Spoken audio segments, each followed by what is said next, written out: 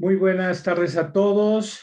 Es hoy día miércoles 25 de agosto del 2021. Vamos a comenzar nuestra tercera sesión de este curso optativo de nuestra carrera de letras clásicas sobre prosistas griegos, específicamente un grupo de escritores de cultura y ámbito latino, greco-latino, que vivieron en torno al siglo I y siglo VII de nuestra era, que llamamos de forma genérica o técnica padres de la iglesia, específicamente los autores griegos. Nos habíamos quedado en estos padres apostólicos. Ya sabemos que la dinámica de nuestras sesiones es un poquito la presentación de los autores y de los temas con el apoyo del video, de la presentación, y que tendrá como motores, como ejes, el arte y también los testigos escritos a través de los cuales conocemos a estos autores, que son principalmente pues manuscritos o códices generalmente alto medievales o medievales, a través de los cuales pues tenemos esos textos de estos autores, lo cual nos plantea muchas interrogantes, como ya hemos visto en nuestra primera sesión. En todos los padres de la iglesia siempre hay una, digo yo, temática y problemática codical y textual. No era en cursos anteriores el principal aspecto que abordábamos, pero lo hemos incluido. Espero que les sea de interés para relacionarlo más con el ámbito de los estudios clásicos que están realizando, emprendiendo, porque de la misma forma a través de la cual se tiene contacto y acceso a las obras y a los textos, o no, en el caso de que estén perdidos o fragmentarios, de los autores clásicos, sean griegos o latinos. De la misma forma, tenemos acceso a los textos de los padres de la iglesia, sean griegos o latinos. Ayer estaba teniendo un rato de dispersión mental, descargando algún libro digital, y me encontré con el comentario al sueño de Cipión de Macrobio, y precisamente la síntesis de la obra pues decía esto, de cómo precisamente este texto, que sí se conservó íntegro. No todas las obras de Macrobio se conservan íntegras, pero esta sí, y nos da una doble aportación por el hecho de que no solamente nos rescata su texto, que es el comentario a esta obra del gran Cicerón, sino que nos ha permitido rescatar el texto completo de la obra del mismo Cicerón. Este mismo caso ocurre en muchas ocasiones con respecto a textos de los padres de la iglesia, o cuando, de una forma también muy interesante, encontramos textos de autores clásicos que fueron citados por padres de la iglesia y que después se constituyen como la única fuente de ese, para el conocimiento de ese texto, generalmente fragmentos. O, como en el caso paralelo de Macrobio, obras completas de un autor, el caso típico que veremos en próximas sesiones, el Contracelso de Orígenes de Alejandría, la cual obra nos conserva el texto de Celso en el comentario, refutación, apología que hace Orígenes a esa obra de Celso, en la obra, en el códice conservado de Orígenes de Alejandría. Lo mismo ocurre con textos de Agustín de Hipona, que rescata fragmentos de filósofos clásicos. Clemente de Alejandría lo veremos también, y de diversos autores. Por ejemplo, muchos de los fragmentos de Porfirio de Tiro, pues los conservamos en precisamente estos textos patrísticos. Entonces, tal vez les haya salido en alguna de las sesiones este tema, pero más adelante en los posibles comentarios que tengamos, me gustaría que alguna persona haga este comentario de si en sus sesiones sobre autores clásicos hayan visto este hecho, que los padres de la iglesia son testigos textuales de obras o de fragmentos de autores clásicos, un punto de interacción en entre estos autores. Y como al final de nuestra sesión, no espero que sea la última o la tercera parte, si queremos dividir en 3 partes nuestra sesión, en la última y tercera parte de nuestra sesión empezaremos o espero cubrir el tema de los apócrifos y precisamente pues muchos de de la literatura apócrifa tiene también pues estas características que estamos mencionando o temas que estamos indicando, como muchos de los textos apócrifos se han conservado solamente en mención, citación o extracto de fragmentos en obras de los padres de la iglesia. Y que después los descubrimientos arqueológicos nos llevan a hacer una evaluación desde la crítica textual, desde la historiografía y desde el estudio específicamente de la patrología, de cómo estos autores patrísticos fueron o no fieles o intelectualmente honrados en la citación de los textos, en este caso de autores de textos apócrifos, específicamente de matriz gnóstica, pero ya lo veremos. Teníamos aquí a Policarpo de Esmirna, un segundo caso de un obispo asiático, del cual tenemos referencia tanto de su existencia como de sus obras. En la historia eclesiástica de Eusebio de Cesarea tenemos la mención y la cronología o específicamente un término que es un término que se constituye después como teológico en la misma obra de Eusebio de Cesarea. No solamente está ahí, ya aparece en autores precedentes, pero en la obra de Eusebio de Cesarea el término sucesión se constituye como un término técnico con características o rasgos tanto histórico-historiográficos para describir el listado de los obispos de las sedes cristianas o obispados cristianos de las principales ciudades de la antigüedad, y a la vez se constituye en un argumento, en una característica teológica a través de la cual Eusebio de Cesarea, también rescatando el significado teológico de ese término sucesión en autores precedentes, sea Hipólito, sea también, por ejemplo,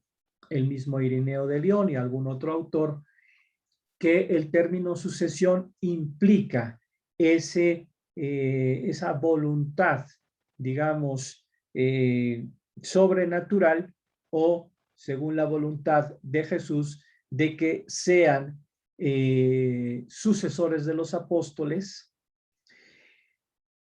los obispos de esas iglesias que aparecen mencionadas, como digo, bastantes en la historia eclesiástica de Eusebio, pero de la cual podemos rescatar varias series casi completas, o sea, varios listados casi completos de las principales así llamadas sedes apostólicas. Tenemos una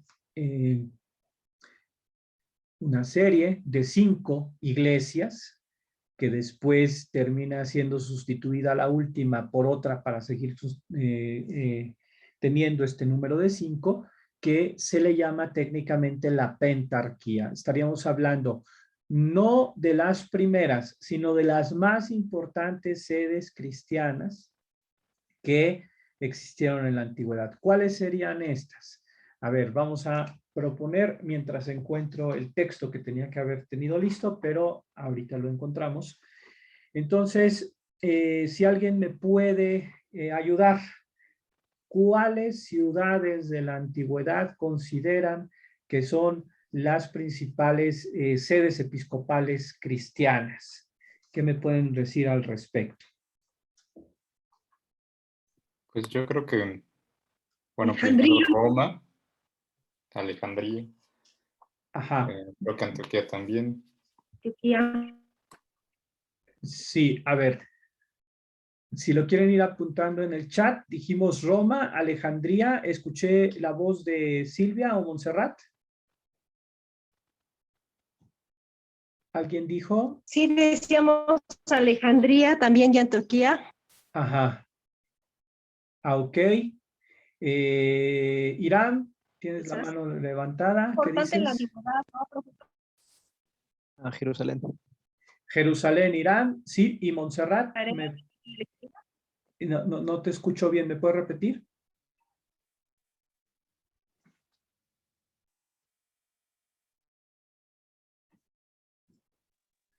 Sí, probablemente no se escucha bien el video, le digo el audio. También pasó después todo lo que estaba, creo, en Alejandría a Cesarea, profesor, ¿no? Alejandría. No sé si fue más adelante. Sí, bueno, Alejandría es una y la quinta sería precisamente Cesarea. Cesarea que decir Cesarea es decir todo y nada, porque existen varias ciudades que tienen esta denominación de Cesarea, así como las Alejandrías, de las cuales también existen muchísimas, desde la Alejandría egipcia a lo largo y ancho de cercano y Medio Oriente, todo debido a la expansión helenística de las conquistas de Alejandro y los diádocos, como sabemos. Esto es muy interesante, pero es otro tema. Las cesareas obviamente van en honor, así como las ciudades de Alejandro, a César. Estaríamos hablando de Cesarea Marítima, que sería esta quinta sede episcopal que ocupa también precisamente en su momento, ya a principios del siglo IV, Eusebio de Cesarea, como veremos a continuación. En estos listados episcopales encontramos primero a los apóstoles, y después a esos sucesores de los apóstoles que son solamente nombrados y elegidos por el sucesor anterior, como se da en las escuelas filosóficas.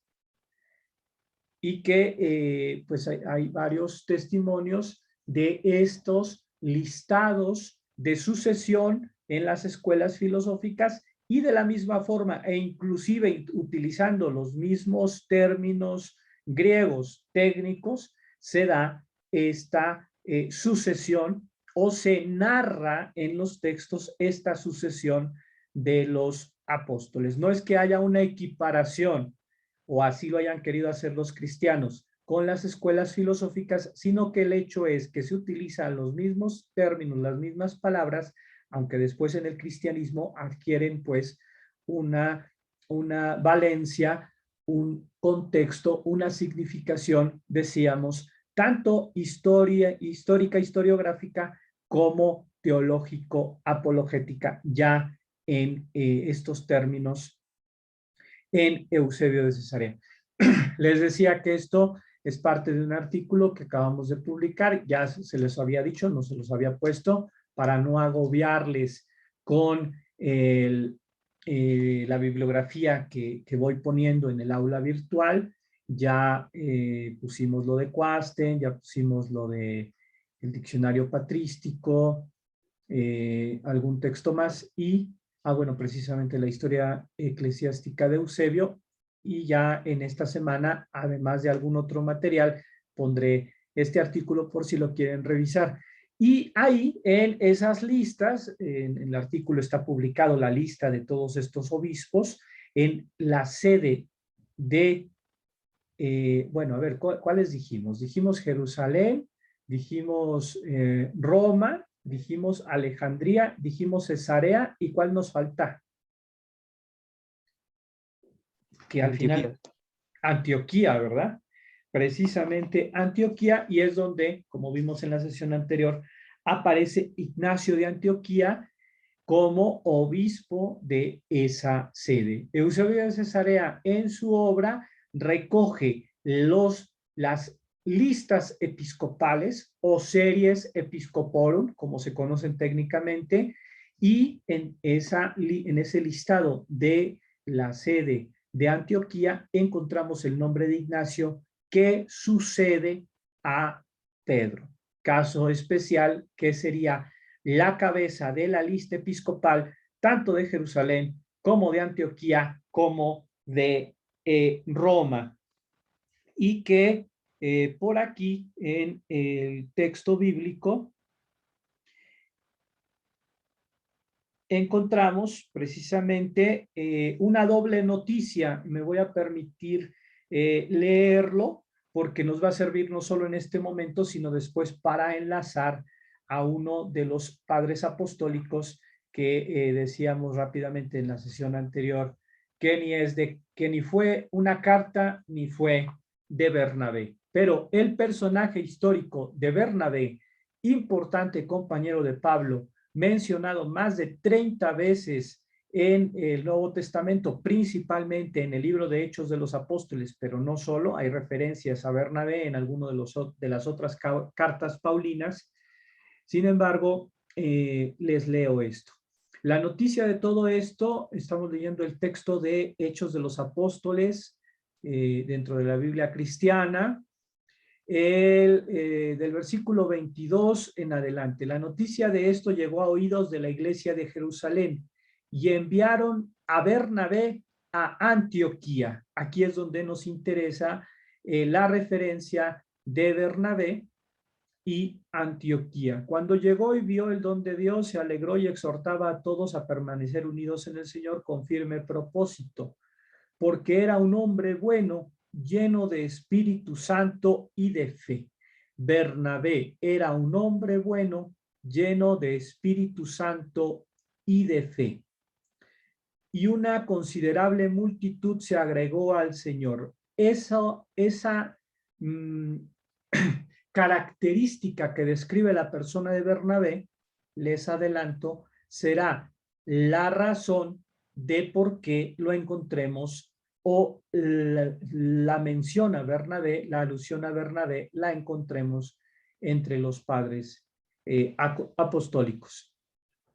Versículo 25, partió para Tarso en busca de Saulo de Tarso, que después de su conversión se comienza a llamar, y así es denominado en el texto de los Hechos de los Apóstoles y en las mismas cartas, Pablo después de Tarso. Y en cuanto le encontró, o sea, que Bernabé va a buscar a Saulo a Tarso, lo encuentra y se lo lleva ¿a dónde? A Antioquía. Estuvieron juntos durante un año entero en aquella iglesia e instruyeron a una gran muchedumbre. En Antioquía fue donde por primera vez los discípulos recibieron el nombre de cristianos. Hechos de los Apóstoles 11, versículo 26. Texto fundamental en muchas argumentaciones sobre la religión cristiana, tanto a favor como en contra de la misma. Mencionábamos ampliamente el tema de la problemática de la figura de Ignacio y de las cartas de Ignacio, y pues me encontraba con artículos de algún investigador español que planteaba el hecho, bastante cuestionable, mucho más que el cuestionamiento que, como veíamos y les pasaba por ahí en el WhatsApp, si no recuerdo mal, los artículos que cuestionan esa gran investigación de Rius Camps, jesuita catalán que ha investigado muchísimo sobre muchos textos de la literatura antigua, sobre los apócrifos, sobre Qumran, sobre la figura de Ignacio, pero que muchas de sus tesis académicas y teológicas pues han sido bastante cuestionadas a lo largo del tiempo y muchas, como el artículo que les mandaba, pues han sido descartadas. Entonces, este otro investigador español planteaba o plantea en su artículo que es Ignacio de Antioquía el verdadero fundador de la religión cristiana.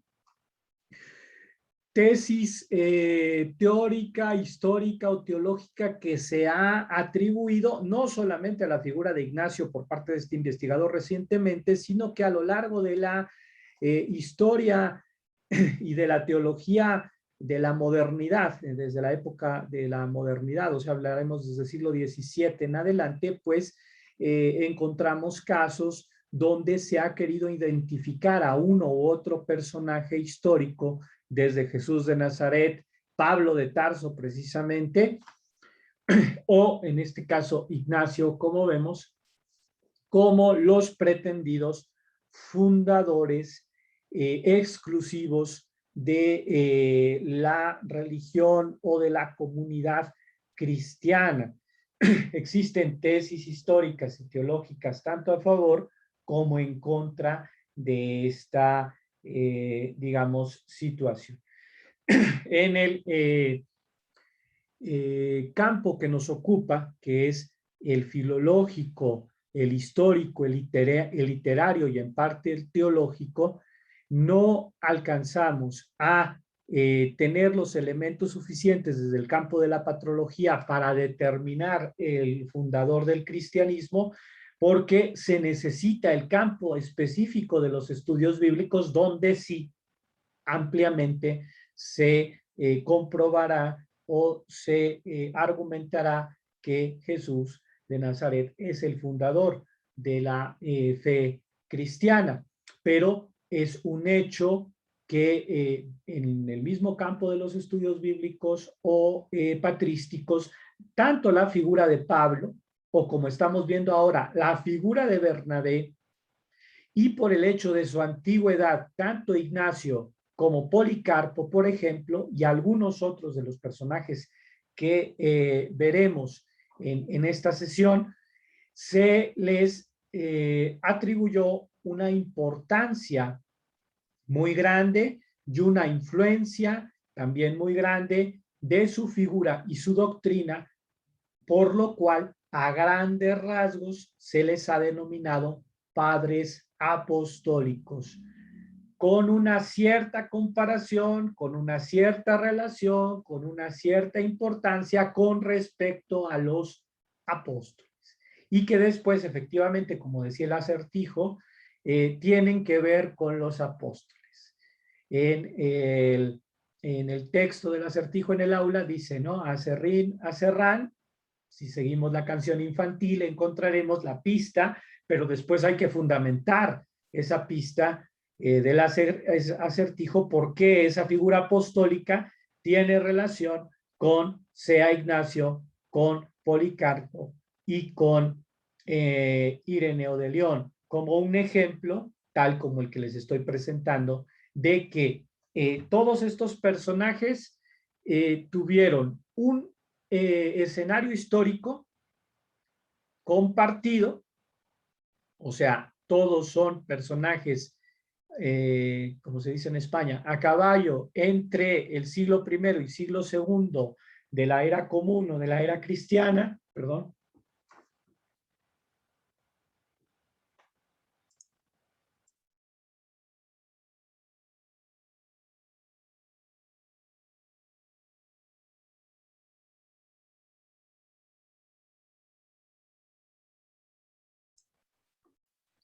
A ver si nos sale mejor la voz. Creo que sí. Y que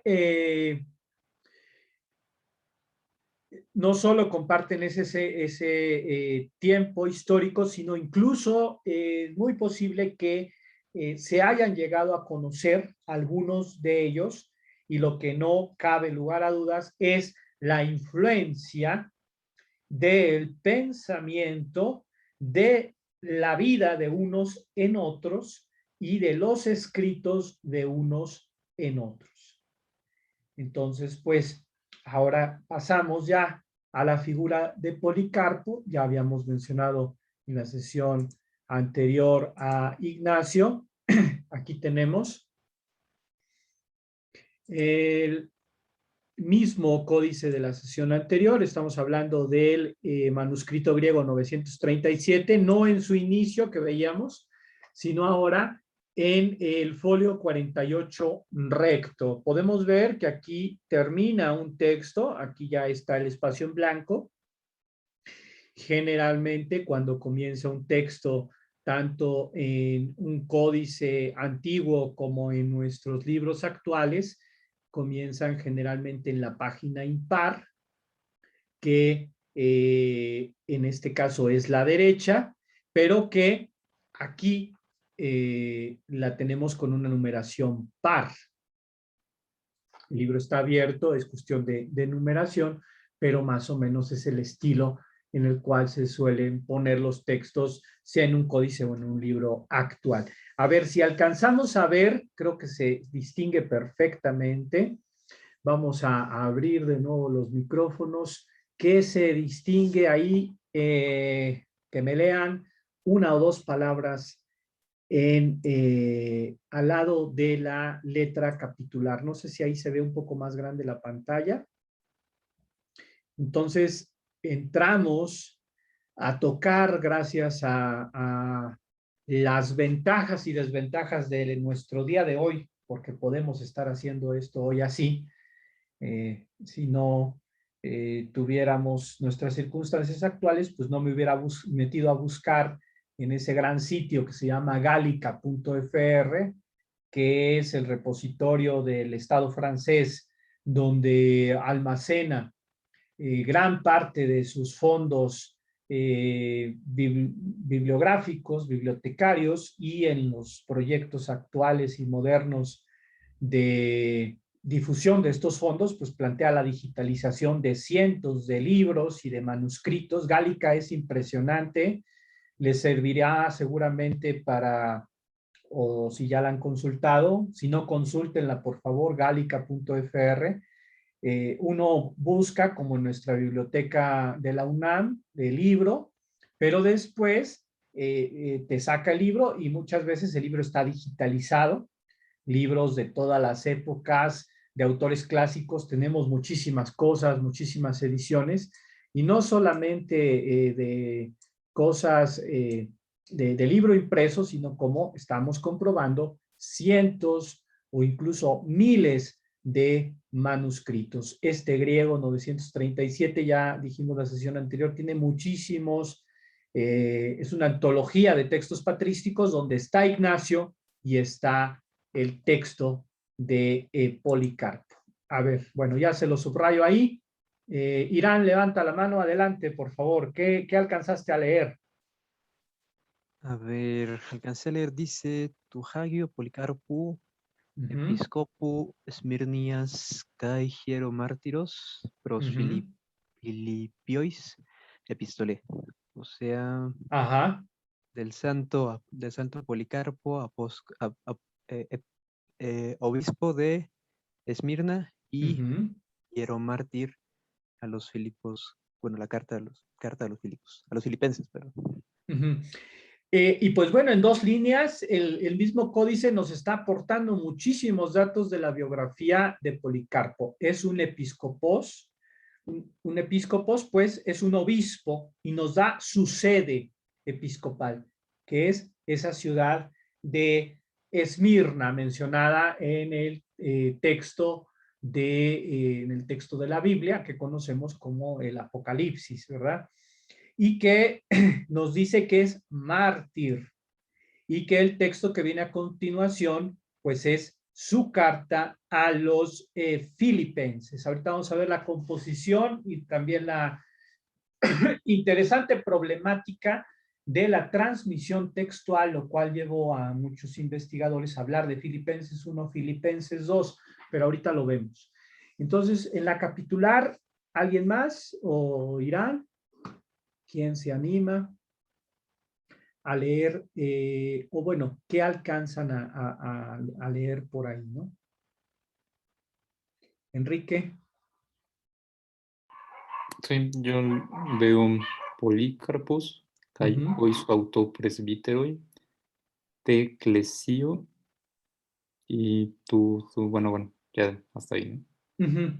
Bueno, pues entonces es el incipit,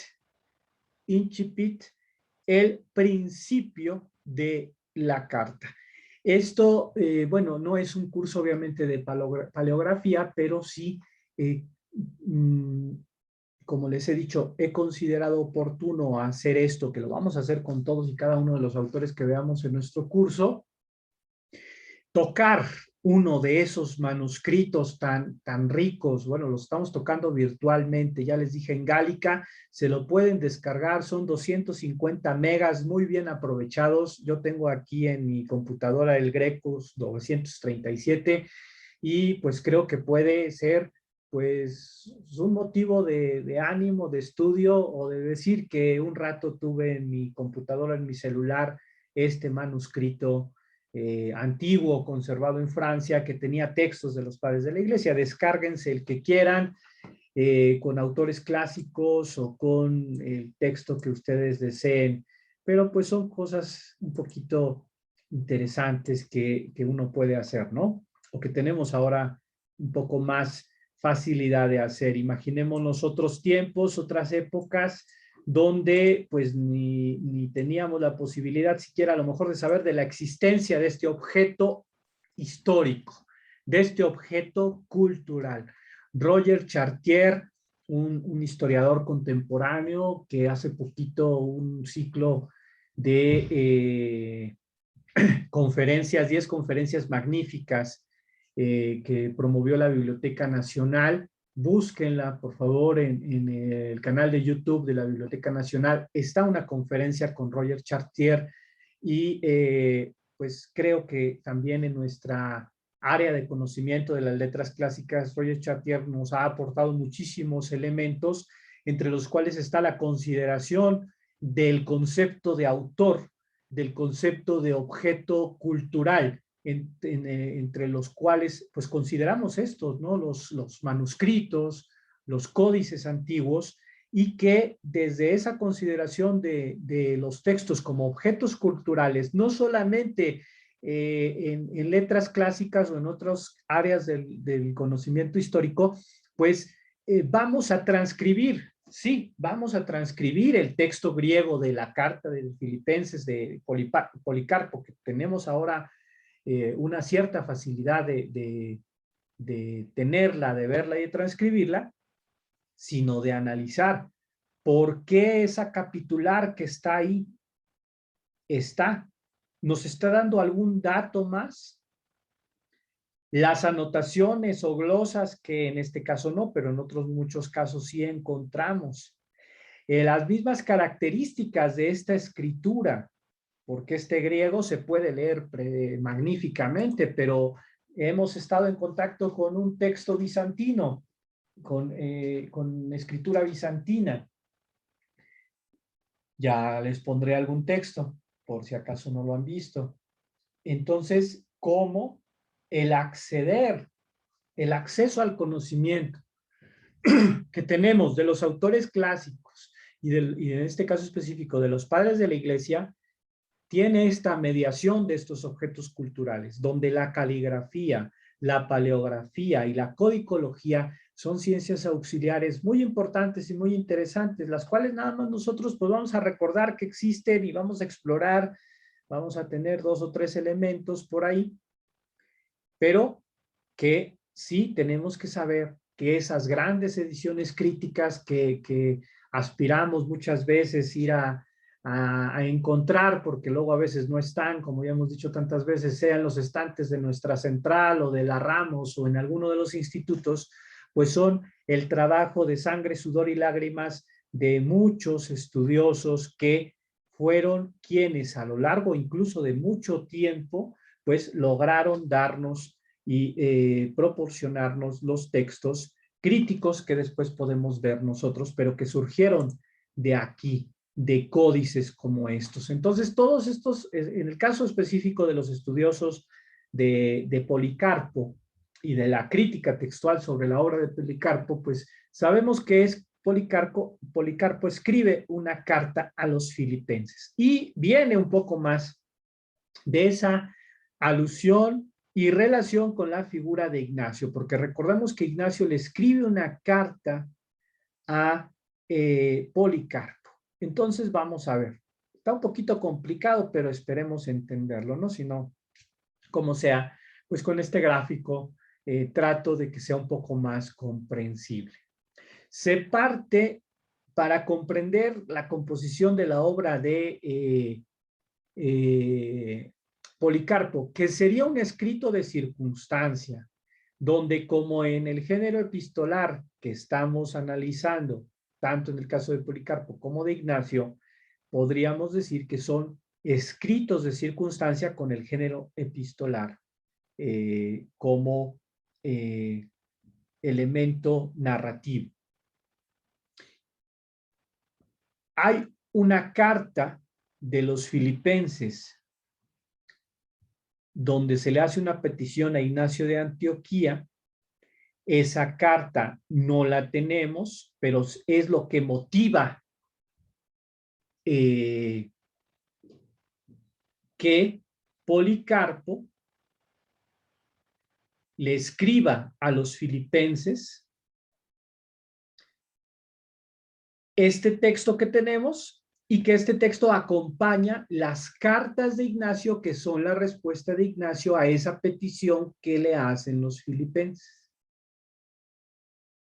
Lo que tenemos es el motivo, la circunstancia de la carta de los filipenses, cuyo texto no se conserva, que le hace Ignacio, y entonces la respuesta de Ignacio a los filipenses va acompañada con la carta de Ignacio, que se conoce como 1FLP, que es lo que vemos aquí en este color un poco más oscuro. Después tendríamos como consecuencia una carta que cuando los filipenses reciben esta carta de Policarpo que acompaña a las de Ignacio, los filipenses escriben de nuevo una carta a Policarpo que tampoco se conserva.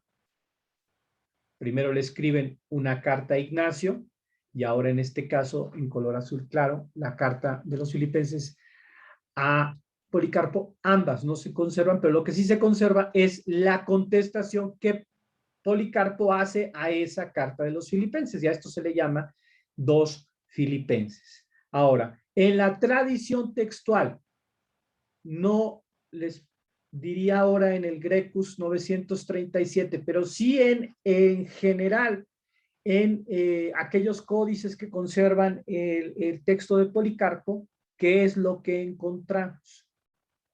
Un orden textual como se ve en el esquema de abajo. O sea, ahí vimos, nos leyó Enrique ese inicio de la carta. Encontramos pues en realidad, primero, el inicio de Segunda Filipenses, que es el último texto de esta serie de textos, como vemos. Entonces, existen 14 capítulos, pero en realidad lo que hay primero es el inicio de la última carta, que es la contestación de Policarpo a los filipenses. Después lo que encontramos en el capítulo 13, o sea, al final del corpus, según aparecen los códices, lo que encontramos es Primera Filipenses, o sea, la carta que Policarpo escribió a los filipenses para acompañar las cartas de Ignacio, y al final encontramos el final de Segunda Filipenses, que es pues esa especie de epítome o final, pues, exordio, no, epítome, conclusión, digamos, firma de la carta que Policarpo escribe, pero en esa segunda Filipenses. O sea, segunda Filipenses estaría partida al final de su texto y tendríamos la inclusión textual de la primera carta de Policarpo. ¿Qué es lo que tenemos entonces? Pues la evidencia de la presencia de un editor donde hay que discutir y plantear por qué este editor hace esto. Probablemente es un editor tardío que no logra ver lo que nos está viendo.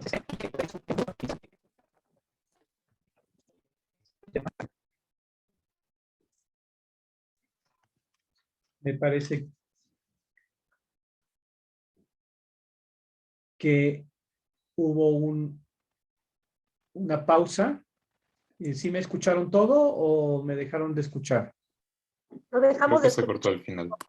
Ajá. Yo dejé de escuchar cuando dijo que había sido un editor tardío que no supo ver, Ok. y ahí ya no escuché nada más. Ok.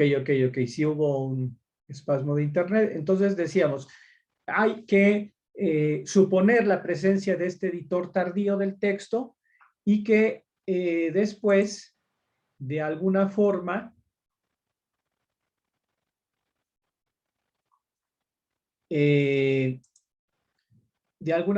este editor pues dispone los dos textos en este orden que estamos viendo en la parte inferior y después se transmite de esta forma como una sola carta a los filipenses, pero como ya vimos, en realidad son dos textos. No en todos los códices aparece esta disposición, en otros códices aparecen las dos cartas separadas. Esto nos lleva también a otra gran conclusión de la historia de la transmisión textual de este texto y de muchos textos antiguos, que es que de un original o arquetipo textual, el árbol genealógico de los textos, según la teoría de Lachmann, ahora solamente mencionamos esto, en el semestre anterior nos salió, también a la hora de los comentarios, me gustaría que mencionen si conocen algo de esta teoría de la transmisión textual o árbol genealógico de Lachmann, si lo han visto en alguna de las materias.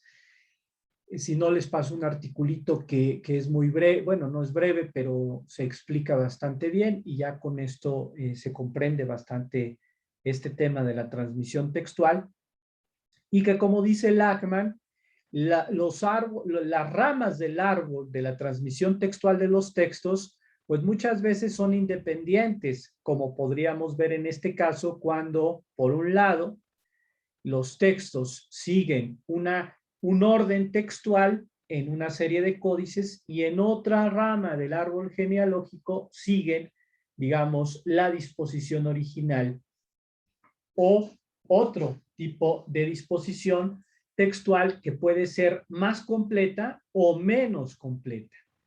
Estamos hablando de una transmisión textual fragmentaria. En este texto, pues es un texto pequeño y no habría en teoría mayor problema, aunque vemos lo interesante de este problema, pero imaginémonos entonces, como decíamos en el caso de Macrobio o en otros casos de transmisión textual de grandes obras, pues no digamos ni siquiera Tito Livio o grandes obras de grandes autores, donde se ha perdido totalmente una gran cantidad de la obra, libros completos o a veces solamente tenemos partes de un libro y conservamos a veces el principio, los primeros libros de la obra, después hay unos libros que representan un códice que es el de los perdidos, después aparecen o si tenemos los que continúan o los del final, o a veces tenemos el principio, la mitad y lo que falta es el final de la obra. Entonces, pues todo esto creo que es importante tenerlo en cuenta en el conocimiento de un autor clásico, en el conocimiento de un padre de la iglesia, porque nos ayuda a comprender por qué nos falta el texto de esos autores y también que este mismo problema que nosotros 20 siglos después o 23, 25 siglos después de la composición de la obra tenemos, en algún momento de la historia también lo tuvieron otras personas cuando a ellos les llegó como a nosotros una cantidad de texto y no otro, y ellos tuvieron que leer el texto que tenían de ese autor y tomar las decisiones acertadas o equivocadas de la transmisión de ese texto o del contenido de ese texto. Y eso también pues ha condicionado mucho el conocimiento de un autor y también la interpretación de su obra, lo cual es, creo que a nivel académico, pues el gran problema, ¿no? Las grandes interpretaciones que se han hecho de textos clásicos o de textos patrísticos, que es nuestro caso, o del universo paralelo al universo patrístico, que son los textos bíblicos y los textos apócrifos, que ha llevado a acertadas teorías e interpretaciones o a interpretaciones vagas o equivocadas de esas obras y de esos autores. Y bueno, pues pasamos un poquito adelante, vamos bastante bien de tiempo. Cortamos ahorita a la 1:10. Carta de Bernabé. Les decía en la sesión anterior, la imagen de Bernabé que tenemos en la línea del tiempo es esta, aunque en la presentación ya vimos que es otra. Y déjenme ver un segundo para recordar.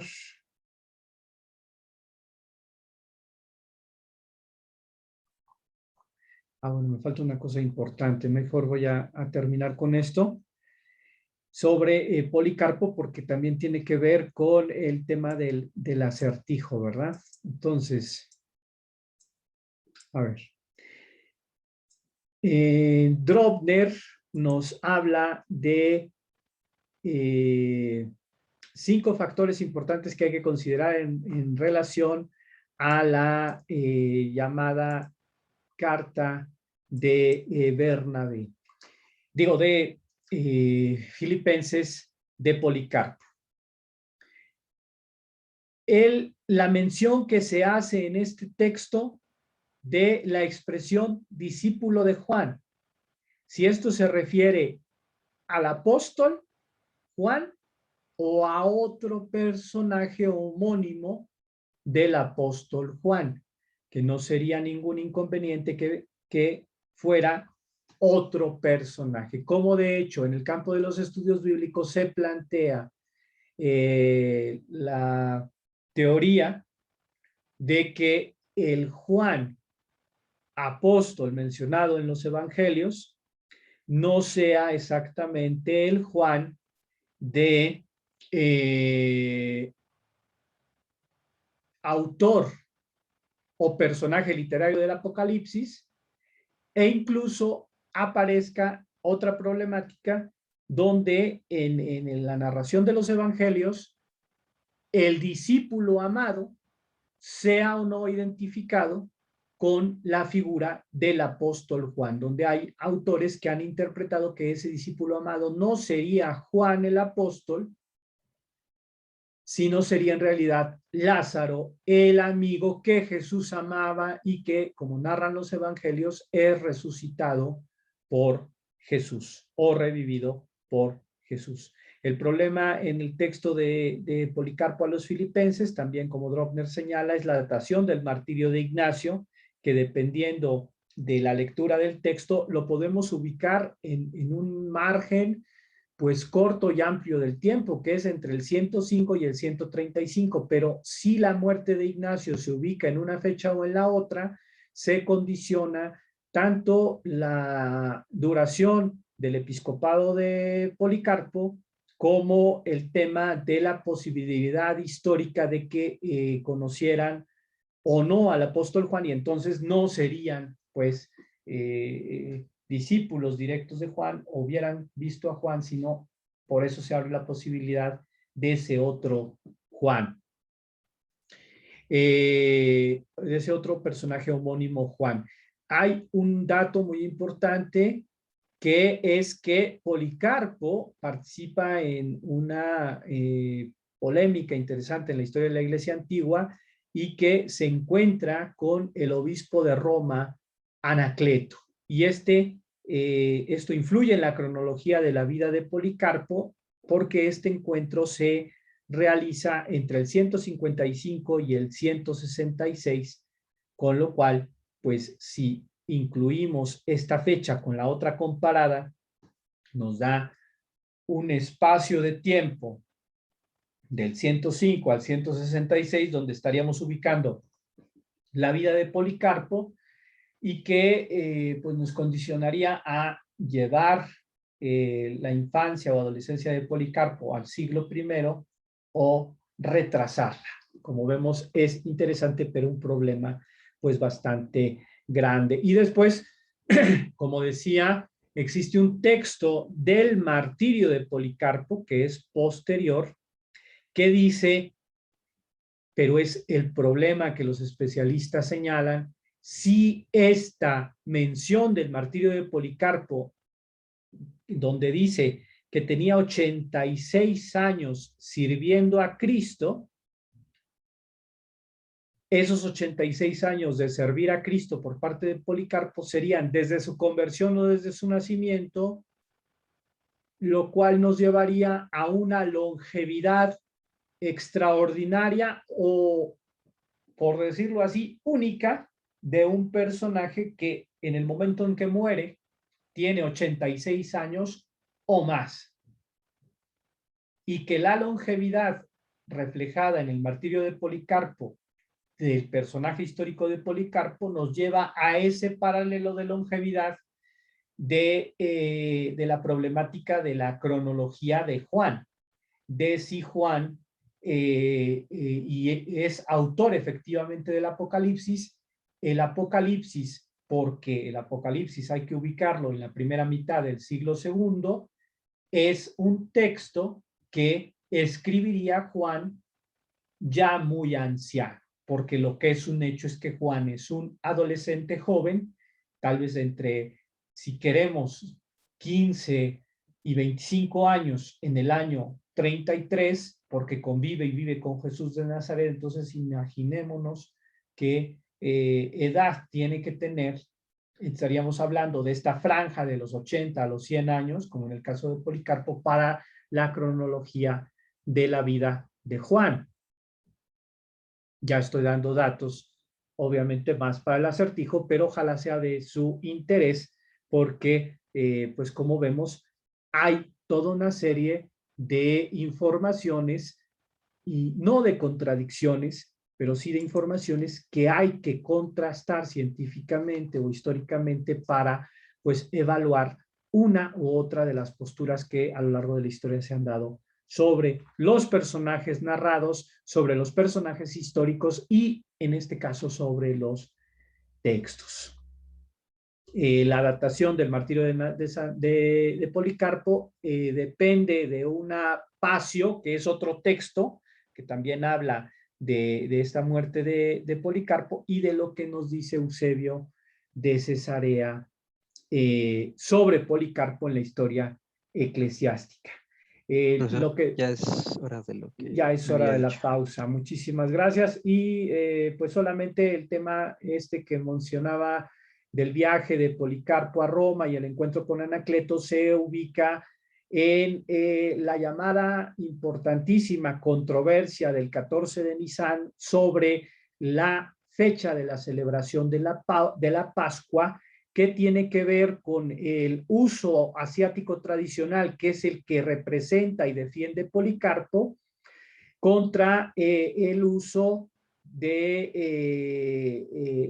la Iglesia de Roma, y que tiene que ver precisamente con la datación que hagan los cristianos o los judíos de la fecha de la celebración de la Pascua, que se da una solución y que después condiciona a lo largo de la Iglesia antigua y hasta nuestros días, esa diversidad en la fecha de la celebración de la Pascua, tanto en la religión judía como en el cristianismo occidental y después también en la Iglesia ortodoxa.